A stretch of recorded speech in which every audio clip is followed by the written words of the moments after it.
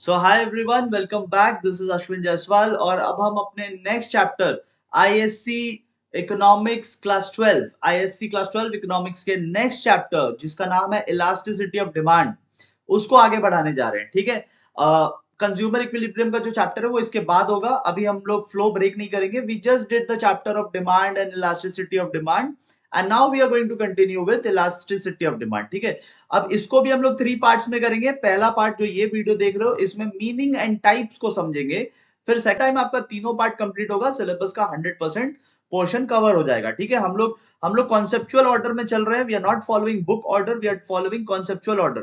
ठीक है, लेकिन जब तीनों पार्ट कंप्लीट हो जाएगा तो आपका बुक का एक मतलब सिलेबस का एक एक पोर्शन कंप्लीट हो जाएगा। सिलेबस कौन सा फॉलो कर रहे हैं? सिलेबस फॉलो कर रहे हैं 100% वो सिलेबस जो मई 2023 के मंथ में, आई होप आपको पता हो कि आईएससी बोर्ड ने मई 2023 में आपका सिलेबस चेंज किया था। ठीक है, सिलेबस में कुछ चेंजेस आए थे, तो हम लोग 100% उस सिलेबस को फॉलो कर रहे हैं। ठीक है, we are going to do everything according to the ISC syllabus of May 2023। चलिए अब शुरू करते हैं इस चैप्टर को। बाय द वे, ये चैप्टर में जो आपको स्क्रीन पे नोट्स दिखाए जा रहे हैं, जो स्लाइड्स दिखाए जा रहे हैं, ये आपको कहां से मिलेंगे? ये आपको मेरे टेलीग्राम चैनल, ठीक है, Telegram channel Ashwin commerce world में जाकर मिल जाएगा। नीचे डिस्क्रिप्शन बॉक्स में link is given for the Telegram channel. आप वहां से सीधे मेरे टेलीग्राम चैनल पे रीडायरेक्ट हो जाओगे और आपको वहां पे ये सारे नोट्स मिल जाएंगे। ठीक है, अगर लिंक से नहीं खुलता है तो आप टेलीग्राम इंस्टॉल करने के बाद डायरेक्टली टेलीग्राम खोलकर ऊपर सर्च कर सकते हो अश्विन कॉमर्स वर्ल्ड। आपको मेरा चैनल वहां पे मिल जाएगा। ऑलमोस्ट 1300 प्लस सब्सक्राइबर्स है वहां पे, तो दैट इज माय चैनल, आप वहां पे ज्वाइन कर लेना। ठीक है, प्योरली आईएससी बेस्ड इस डिस्कशन को करेंगे। Now let us discuss and understand, try to understand. ठीक है, एनर्जी लेवल हाई रखेंगे, बहुत कुछ करना है, बहुत कम टाइम में करना है। ठीक है, आपको ये भी बता दें कि इस वीडियो में एक सेलिब्रिटी दीपिका पादुकोण भी आएगी हमें इलास्टिसिटी ऑफ डिमांड समझाने के लिए। उनके मदद से हम लोग समझेंगे।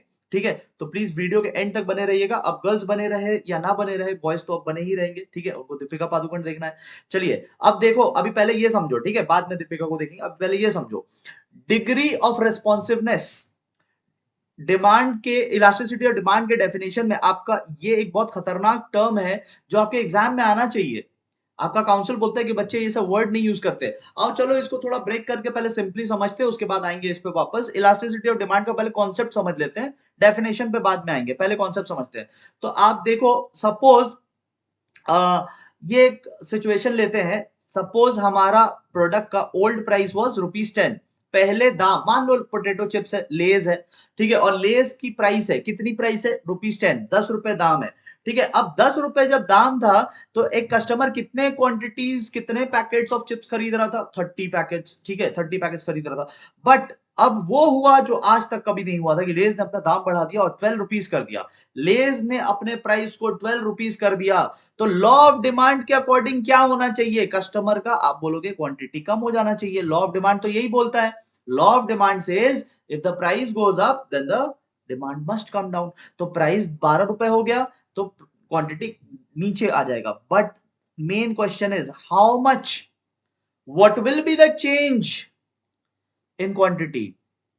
तो उसको बोलते हैं degree of responsiveness. Degree of responsiveness का सिंपल में मतलब होता है हाउ मच चेंज। बट आप एग्जाम में हाउ मच चेंज नहीं लिख कर आओगे, आपको एग्जाम में डिग्री ऑफ रेस्पॉन्सिवनेस ही लिखना है। बट उसको I am trying to break it down in simple words for you. Degree of responsiveness का मतलब होता है कितना चेंज आएगा। अभी जो प्राइस ₹2 बढ़ा तो क्या क्वांटिटी 2 यूनिट घटेगा? प्राइस 20% बढ़ा तो क्या क्वांटिटी 20% डाउन होगा?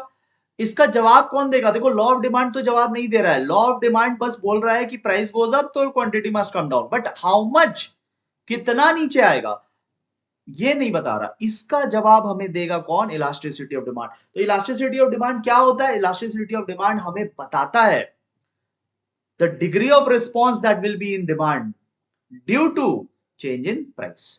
तो ये पहला वाला चेंज इन प्राइस के हिसाब से। ठीक है, अभी और एग्जांपल है, अभी डेफिनेशन पे आए नहीं है, टेंशन मत लो, डेफिनेशन आपको समझा देंगे। मान लेते हैं इनकम के हिसाब से भी डिमांड चेंज होता है। ठीक है, इनकम के हिसाब से भी चेंज होता है। सपोज एक कस्टमर का इनकम था 10,000, एक बेचारा, बेचारा नहीं मतलब एक इंसान कमा रहा था ₹10,000 और वो महीने के 5 शर्ट्स खरीदता था। कपड़ों का शौकीन था, 10,000 में भी वो 5 शर्ट्स खरीदता था हर महीने। ठीक है। तो अगर एक इंसान 10,000 कमाने वाला, उसको फैशन का बहुत शौक है, उसे कपड़ों का बहुत शौक है, वो हर महीने 5 कपड़े खरीद रहा था, उस इंसान की तरक्की हो गई नौकरी में और उसको 15,000 की सैलरी मिल रही है, सैलरी उसकी 50% से ग्रो हो गई। अब सवाल यह है कि इनकम बढ़ा है, तो लॉजिकली अगर नॉर्मल गुड्स है तो क्वांटिटी भी बढ़ना चाहिए, है ना। शर्ट्स भी उसे ज्यादा खरीदना चाहिए, फैशन का शौकीन है, ज्यादा कमा रहा है तो ज्यादा खरीदेगा, बट कितना ज्यादा खरीदेगा, हाउ मच, इसका जवाब आपको देगा इलास्टिसिटी। ठीक है, तो elasticity of demand will tell you how much will be the change in demand due to change in income. पहले वाले केस में how much there will be change in demand due to change in price, और how much की जगह degree of response लिखना है। ठीक है, अच्छा एक और केस हो सकता है, देखो जैसे कि price of Y but quantity of X, मतलब price of coffee but quantity of tea. Price एक गुड्स का देखना है, डिमांड दूसरे गुड्स का देखना है।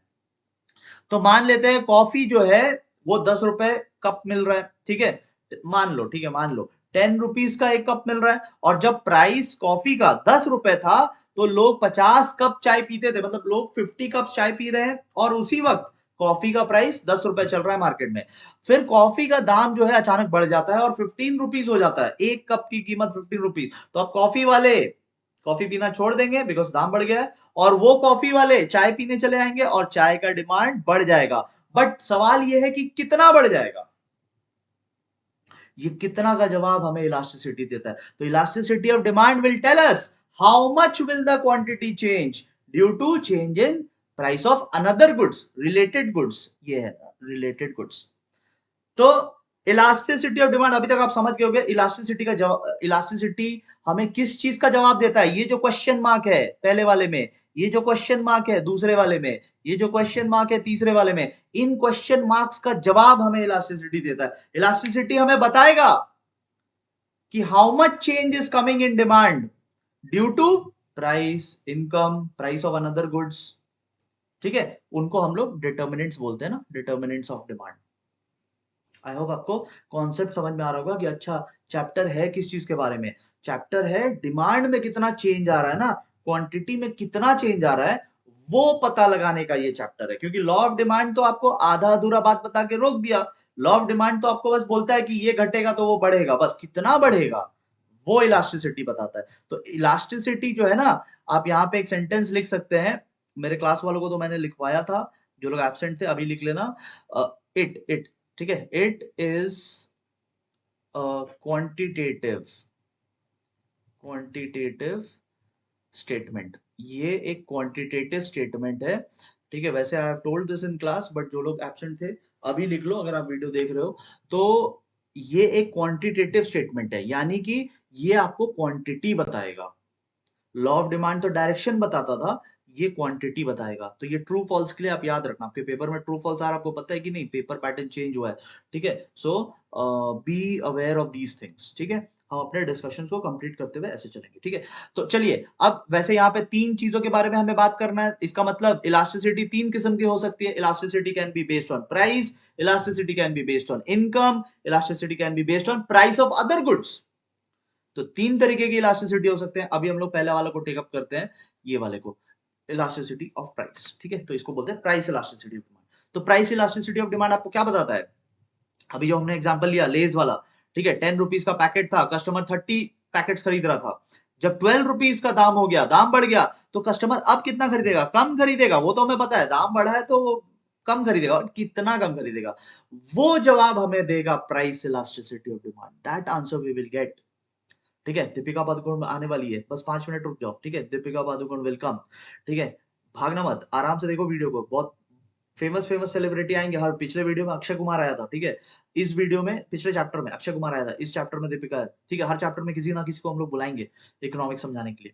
अभी देखो, प्राइस इलास्टिसिटी ऑफ डिमांड क्या बताता है आपको, डिग्री ऑफ रिस्पॉन्सिवनेस, मतलब हाउ मच चेंज, कितना चेंज आएगा, हाउ मच चेंज, किसमें किसमें change, in quantity demanded, due to what, in response to, in response to का मतलब है due to change in price, मतलब दाम बदलने के चलते डिमांड कितना बदलेगा, इसी को इलास्टिसिटी ऑफ डिमांड बोलते हैं। फॉर एग्जाम्पल आप एक बार मान के चलो, सपोज इलास्टिसिटी ऑफ डिमांड को ना हम लोग प्यार से इस चैप्टर में ईडी बुलाएंगे, E for elasticity, D for demand, ठीक है, प्यार से हम लोग ईडी बुलाएंगे। तो इलास्टिसिटी ऑफ डिमांड, मान लो अभी कैलकुलेशन सीखे नहीं है, but I am just giving you an example, मान लो ईडी हमारा 2 आता है, तो 2 का मतलब क्या है? 2 का मतलब है कि डिमांड में दुगना चेंज आएगा, प्राइस जितना भी परसेंट चेंज हो रहा है, जैसे इस क्वेश्चन में प्राइस इज चेंजिंग 20%, है ना, 10 से अगर 12 हो रहा है मतलब 20% का चेंज है। तो if price is changing 20%, then according to this logic demand should fall by 40%, दुगना चेंज आना चाहिए। अगर ईडी मान लो अगर ईडी 3 है, मतलब इलास्टिसिटी ऑफ डिमांड 3 है, मतलब डिमांड में 3 टाइम्स ज्यादा चेंज आएगा। अगर प्राइस 20% से बड़ा है तो डिमांड इसका 3 गुना यानी 60% से फॉल हो जाएगा, 60%, ठीक है, 60% से फॉल हो जाएगा। आपको समझ में आया इलास्टिसिटी ऑफ डिमांड क्या बताता है? वो बताता है कि डिमांड कितना चेंज होगा इफ प्राइस चेंज हो जाए। आई होप आपको अब बात क्लियर है, ठीक है, ओके। अब एक बहुत इंपॉर्टेंट टॉपिक पे आ रहे हैं और यहीं पे आपकी फेवरेट दीपिका पादुकोण की भी डिस्कशन करेंगे, ठीक है। अभी इसका लॉजिक क्या है, दीपिका पादुकोण को यहाँ पे क्यों लाया जा रहा है, वो हम आपको बाद में बताते हैं, ठीक है। अच्छा, एक चीज समझो, प्राइस इलास्टिसिटी जो है ना, प्राइस इलास्टिसिटी, ये जो वैल्यू है, ये वैल्यू 5 टाइप्स के हो सकते हैं, ठीक है। ध्यान से सुनना क्या बोल रहे हैं, ठीक है। दीपिका से अभी दिमाग हटा दो, अभी पूरा डिमांड पे फोकस रखो, ठीक है। आई एम सेइंग कि प्राइस इलास्टिसिटी के टोटल 5 टाइप्स के वैल्यू हो सकते हैं, ठीक है, टोटल 5 टाइप्स के। कौन से 5 टाइप्स के? ये 5 टाइप्स के, ठीक है। देखो ये जो है ना, ये 5 तरीके के वैल्यू हो सकते हैं, अभी इनको हम ही लोग डिस्कस करेंगे, ठीक है। हम लोग इसको बहुत डिटेल में डिस्कस करेंगे और आपको समझ में आ जाएगा, ठीक है। थोड़ा सा डिटेल में जाते हैं ना, डिटेल में जाने से क्या होता है कि आपका वीडियो करने से ही बहुत कुछ याद हो जाता है, ठीक है। और अदरवाइज जल्दी जल्दी भी पार कर सकते हैं, फिर आपका मेहनत ज्यादा हो जाएगा। कौन सा इंक लें? लेट्स टेक ब्लू, ठीक है। तो ये 5 चीजों को हमें समझना है, ठीक है। अब समझने के लिए दीपिका पादुकोण का हेल्प लेते हैं। दीपिका पादुकोण को शॉर्ट में क्या बोलते हैं? दीपू मत बोलना, इसको शॉर्ट में हम लोग बोलते हैं डीपी, ठीक है। शॉर्ट में हम लोग बोलते हैं डीपी। देखो पहले कौन आ रहा है? D, D is coming first, ठीक है। अब ये लॉजिक आपको कितना भी मजाकिया लगे, बट जितना फनी होता है ना चीज, उतना ज्यादा दिमाग में बैठता है। तो दिमाग में बैठने के लिए 2 चीज का बहुत यूज होता है, एक तो फनी चीज और एक डरावनी चीज। अब आपको डरा तो सकते नहीं, यहाँ एग्जाम मतलब पढ़ा रहे हैं, डराने थोड़ी ना बैठे, तो फनी करके ही समझते हैं इसको, चाहे जितना भी वियर्ड लगे, बट एंड गोल है कि दिमाग में बैठना चाहिए।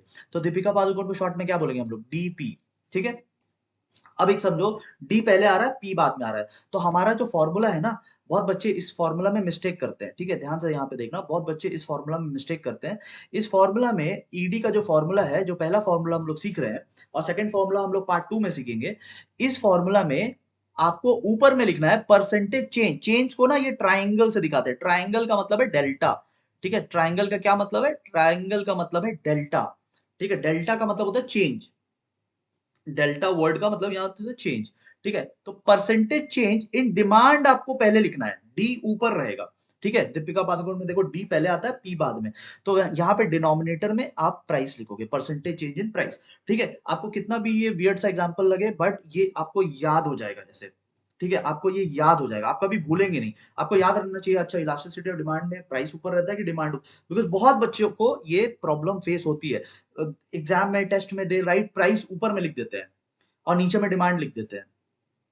ये कभी आपको नहीं होगा अगर आप दीपिका पादुकोण को याद रखोगे। आपको याद रखना चाहिए, अच्छा डी पहले आता है तो डी मतलब डिमांड पहले लिखोगे आप, ठीक है, डिमांड ऊपर में लिख दोगे और प्राइस हमेशा नीचे में लिख दोगे, ठीक है। दीपिका पादुकोण का काम यही खत्म है, ठीक है। अभी फोटो नहीं हटा रहे आप दर्शन कर लो, ठीक है। लेकिन ये है कि आपको यहाँ पे फोकस रखना है, ठीक है, इधर पे फोकस रखना है। तो परसेंटेज चेंज इन प्राइस आप नीचे लिखोगे। तो ईडी कैसे निकालते हैं? दिस इज वन फॉर्मूला, ठीक है, this is one formula ED निकालने का, इलास्टिसिटी ऑफ डिमांड निकालने का। आप परसेंटेज चेंज इन डिमांड ऊपर लिखोगे and percentage change in price आप नीचे लिखोगे, ठीक है। अब हम लोग एक एक करके इन पांचों को समझते हैं। तो वही फॉर्मूला के अकॉर्डिंग लेट अस सपोज कि डिमांड में कोई चेंज आया ही नहीं, ठीक है। ऊपर तो डिमांड लिखते हैं और नीचे में हम लोग प्राइस लिखेंगे। मान लेते हैं प्राइस में 20% का चेंज आया, तो देयर इज एनी प्रोडक्ट जिसका प्राइस 20% से चेंज हुआ, ठीक है, लेट्स से बढ़ गया, चेंज हुआ, चेंज अपवर्ड्स भी जा सकता है, डाउनवर्ड्स भी जा सकता है। तो 20% से प्राइस चेंज हुआ, बट डिमांड बिल्कुल भी चेंज नहीं हुआ, 0%। तो ऐसा जब केसेस होता है ना, when zero gets divided by anything, तो आंसर कितना आता है? तो आंसर आता है जीरो। इसको हम लोग बोलते हैं परफेक्टली इनइलास्टिक। जब हमारा आंसर, इसको सॉल्व करोगे तो जीरो आएगा, because zero divided by anything is zero. ठीक है, तो जब हमारा आंसर जीरो आता है तो वी से कि this is perfectly inelastic demand.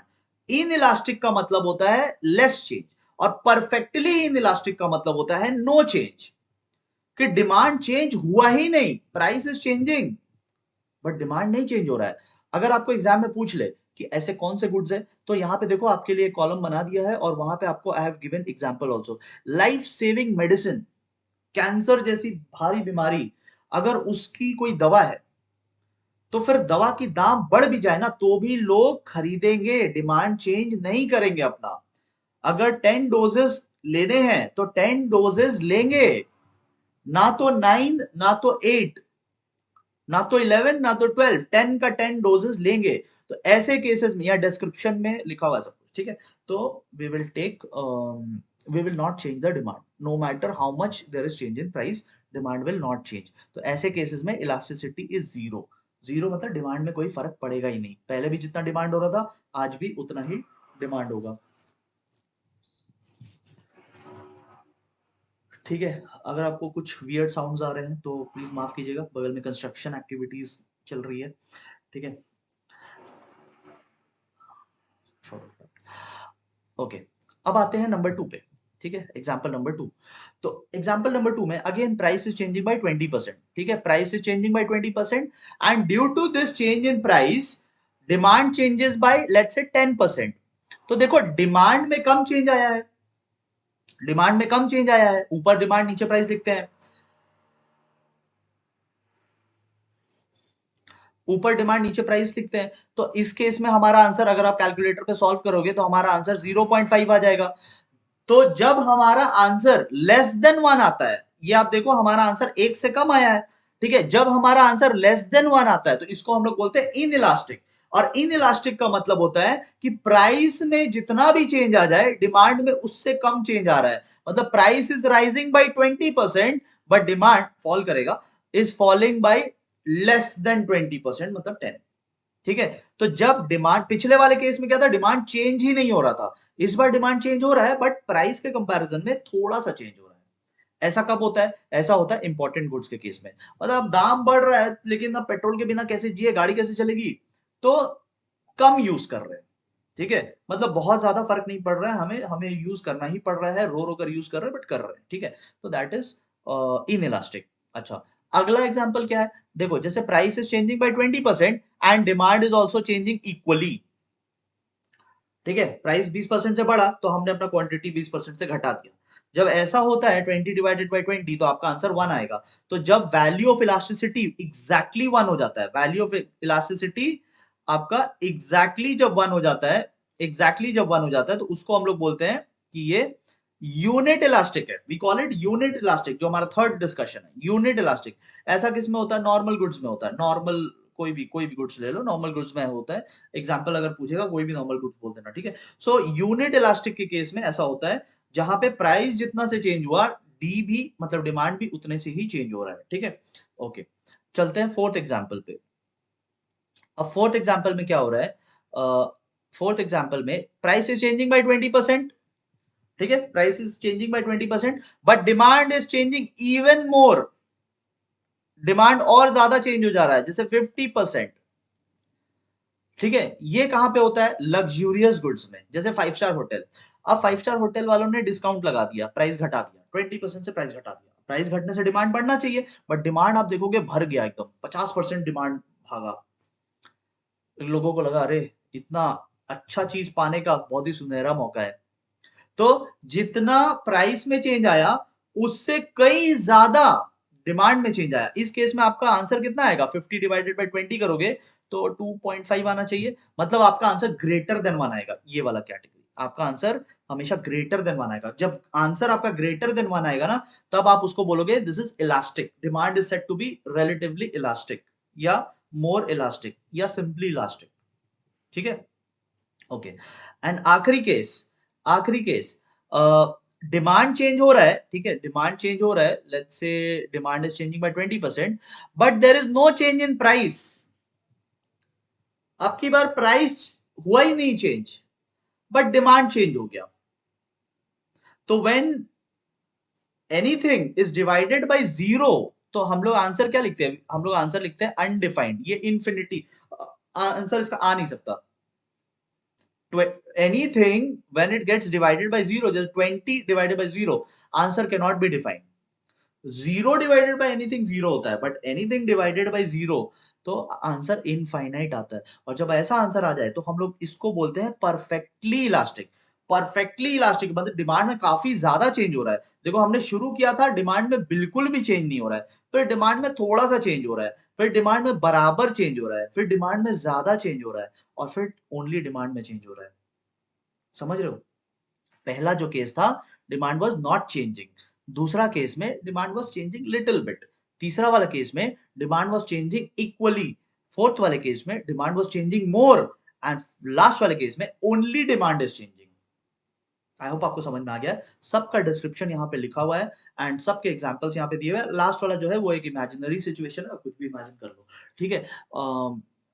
And ये हमारा एक डिस्कशन कंप्लीट हुआ, ठीक है। ओके, अब हम लोग इनकम इलास्टिसिटी डिस्कस कर लेते हैं। तो इनकम इलास्टिसिटी पे हमने कुछ बात किया था थोड़ी देर पहले। इफ यू रिमेम्बर हमने एग्जांपल लिया था कि एक पर्सन का इनकम वाज 10,000 एंड तब वो 5 शर्ट्स की डिमांड कर रहा था एवरी मंथ, ठीक है। When the income of the person rose और वो 15,000 हो गया, so now how many shirts will the person buy? Of course he is going to buy more, ठीक है, बिकॉज नॉर्मली क्या होता है इनकम बढ़ने से we demand more, but how much more? तो हाउ मच का जवाब इलास्टिसिटी देता है। Elasticity will tell how much more, मतलब degree of responsiveness in demand due to the change in income of the consumer, due to the change in income of the consumer, ठीक है। अब देखो formula वैसा ही है, ठीक है। अब जैसे पिछले वाले में दीपिका पादुकोण थी, because D and P demand and price था। इस वाले में ऊपर में डिमांड तो रहेगा ही, तो ये याद रखना ऊपर में ऑलवेज डिमांड एंड नीचे में देयर विल बी इनकम, ठीक है। तो प्राइस की जगह इनकम आ जाएगा।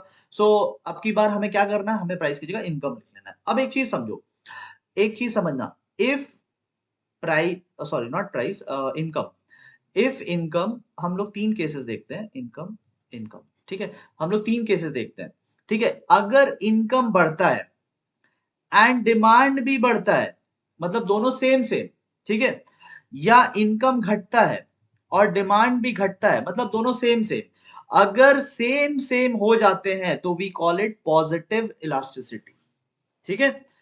इनकम के बढ़ने से, बात सुनना थोड़ा, इनकम के बढ़ने से अगर डिमांड भी बढ़े और इनकम के घटने से अगर डिमांड भी घटे, मतलब जहां तू वहां मैं, वो वाला केस, जहां इनकम वहां डिमांड, अगर ऐसा केस होता है तो इसको हम लोग बोलते हैं कि पॉजिटिव इलास्टिसिटी है।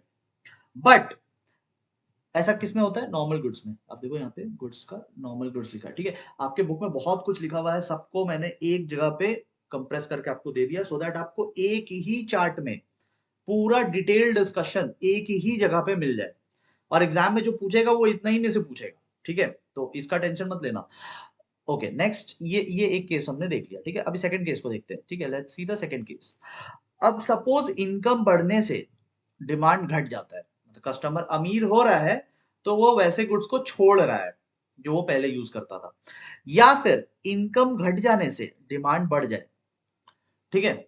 मतलब उल्टा उल्टा चल रहा है, इनकम बढ़ेगा तो डिमांड घट जाएगा, इनकम घटेगा तो डिमांड बढ़ जाएगा, रिवर्स चल रहा है। रिवर्स जब चलता है we call it negative elasticity, इसको बोलते हैं नेगेटिव।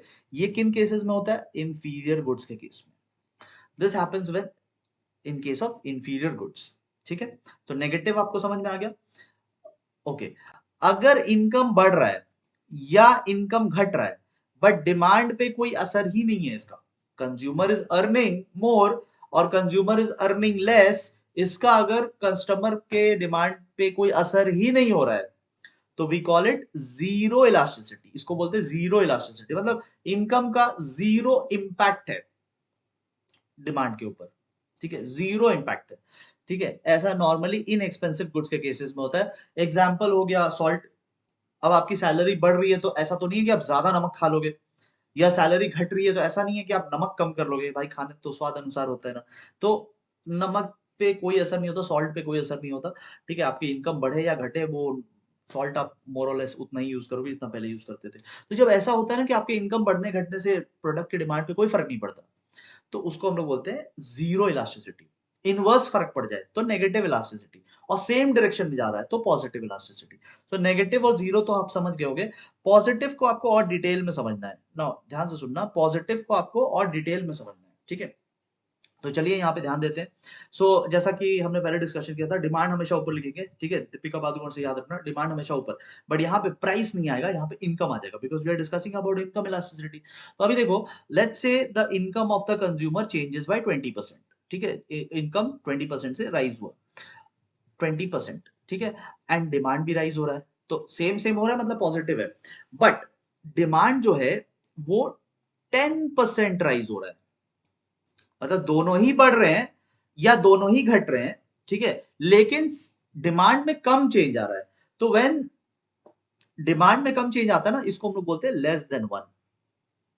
ये लेस देन वन वाला कैटेगरी है, ठीक है, लेस देन वन, ठीक है, यहाँ सब लिखा हुआ है आपको, ठीक है, आप पढ़ोगे यहाँ पे आपको सब कुछ लिख के बताया हुआ है। When demand changes in lesser proportion to the change in income, demand income से कम चेंज होता है, तो पॉजिटिव ही बोलेंगे। पॉजिटिव क्यों? क्योंकि दोनों बढ़ रहे हैं, बट लेस देन वन क्यों? क्योंकि डिमांड में कम चेंज आ रहा है। अच्छा, सेकंड केस हो सकता है दैट डिमांड चेंजेस बाय 20%, ठीक है, बढ़ रहा है, एंड प्राइस, सॉरी, पहला वाला में income changes by 20% and demand also is changing by 20%, दोनों ही बढ़ रहे हैं तो पॉजिटिव है, और इक्वली बढ़ रहे हैं तो इसको यूनिट इलास्टिसिटी बोलेंगे, we call it unit elasticity, ठीक है, इसको यूनिट इलास्टिसिटी बोलेंगे, वो लिखा हुआ है आपका, ठीक है। एंड थर्ड केस क्या है? income is changing by 20% and demand is changing more 25%, ये ज्यादा चेंज हो रहा है, दोनों ही चेंज हो रहे हैं तो पॉजिटिव है, डिमांड ज्यादा चेंज हो रहा है तो हम बोलेंगे elasticity is greater than one. तो ये चार्ट में आपको इनकम इलास्टिसिटी रिलेटेड सब कुछ दिया हुआ है, इससे बाहर कुछ नहीं आएगा। आप इसी पर्टिकुलर क्लिप को अगर 2 बार देख ले और इसको 1 बार पढ़ ले तो आपका पूरा काम हो जाएगा। नोट्स का फायदा उठाइए, इतना ही करना है, इसके अलावा और कुछ नहीं आएगा इसके बाहर का, ठीक है। चलिए, इस चैप्टर के मतलब इस पर्टिकुलर क्लिप जो है, ये पर्टिकुलर वीडियो का आखिरी टॉपिक पे आ जाता है, क्रॉस इलास्टिसिटी पे, ठीक है, इसके बाद पार्ट 1 एंड हो जाएगा। तो क्रॉस इलास्टिसिटी क्या होता है? उसका प्राइस हमारा डिमांड, टी का प्राइस कॉफी का डिमांड, पेट्रोल का प्राइस कार का डिमांड, मतलब किसी और प्रोडक्ट के प्राइस के हिसाब से हम लोग डिमांड को चेक करते हैं। तो यहाँ पे भी अगर आप फॉर्मूला पढ़ेंगे तो ऊपर में डिमांड ही लिखा रहता है, बट नीचे में प्राइस आ रहा है, बट किसी और गुड्स का प्राइस आ रहा है, रिलेटेड गुड्स का, अपने गुड्स का नहीं। मतलब अगर डिमांड हम लोग टी के लिए देख रहे हैं, अगर demand we are seeing for tea, then price we will see for coffee. तो प्राइस किसी और का देखना है और डिमांड अपना देखना है। अब एक चीज यहाँ पे समझ लीजिए, ठीक है, अब एक चीज यहाँ पे समझ लीजिए, बहुत ज्यादा सिंपल सा पार्ट है ये।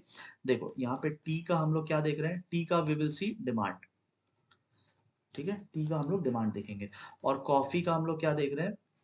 कॉफी का वी विल सी प्राइस, तो प्राइस ऑफ रिलेटेड गुड्स। अच्छा, अगर कॉफी का दाम बढ़ जाए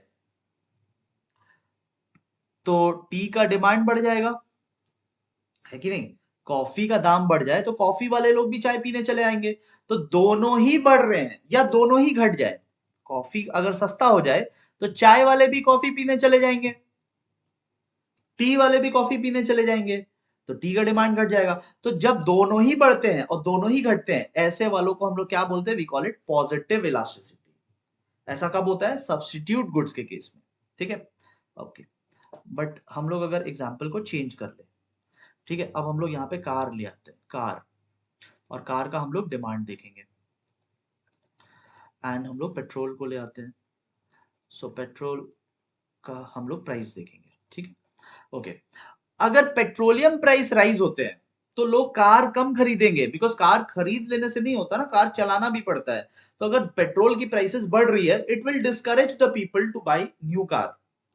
लेकिन अगर पेट्रोलियम सस्ता हो जाए तो लोगों को कार खरीदने में एक एनकरेजमेंट आएगा कि चलो ठीक है कार खरीद लेंगे और पेट्रोल भी सस्ता मिल रहा है तो चला भी लेंगे। ठीक है, सो व्हेन दोनों ऑपोजिट ऑपोजिट डायरेक्शन में चलते हैं, एक बढ़ रहा है तो दूसरा घट रहा है, इसको हम लोग बोलते हैं negative elasticity, negative cross elasticity. Cross का मतलब समझ रहे हो ना, उसका प्राइस हमारा डिमांड, क्रॉस दूसरे का देखना है। ठीक है, तो नेगेटिव रिलेशन है, नेगेटिव इलास्टिसिटी। ऐसा कब होता है? ऐसा होता है कॉम्प्लीमेंट्री गुड्स के केस में, जैसे कि कार एंड पेट्रोल। कॉम्प्लीमेंट्री याद है ना पिछले चैप्टर का, जो गुड्स साथ में यूज होते हैं उनको बोलते हैं कॉम्प्लीमेंट्री। ठीक है, and lastly let's take an example. Suppose हम लोग पिज्जा का एग्जांपल ले लेते हैं। ठीक है, सो पिज्जा का डिमांड एंड कॉफी का प्राइस। ठीक है, कॉफी का प्राइस। अब एक बात बताओ, कॉफी का प्राइस बढ़ गया या कॉफी का प्राइस घट गया, इससे पिज्जा के डिमांड पे क्या फर्क पड़ेगा? कोई फर्क नहीं पड़ेगा। तो जब किसी गुड्स का डिमांड किसी गुड्स का प्राइस बढ़े या घटे, इसका दूसरे गुड्स पे कोई असर नहीं पड़ता, देयर इज नो इम्पैक्ट। तो ऐसे वाले को हम लोग बोलते हैं zero elasticity, we call it zero elasticity. ये अनरिलेटेड गुड्स के केस में होता है। ठीक है, अनरिलेटेड गुड्स के, कॉफी और पिज्जा का क्या कॉम्बिनेशन है, साथ में भी लेके नहीं बैठते हम लोग, पिज्जा खाते भी है तो कोल्ड ड्रिंक्स के साथ। ठीक है, तो कॉफी का तो कोई रिलेशन ही नहीं है इधर।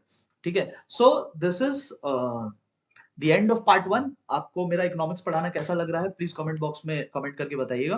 एंड हम लोग फिर मिलेंगे पार्ट 2 के लिए, वेरी इंपॉर्टेंट पार्ट 2, न्यूमेरिकल्स का डिस्कशन करेंगे। Thank you so much everyone.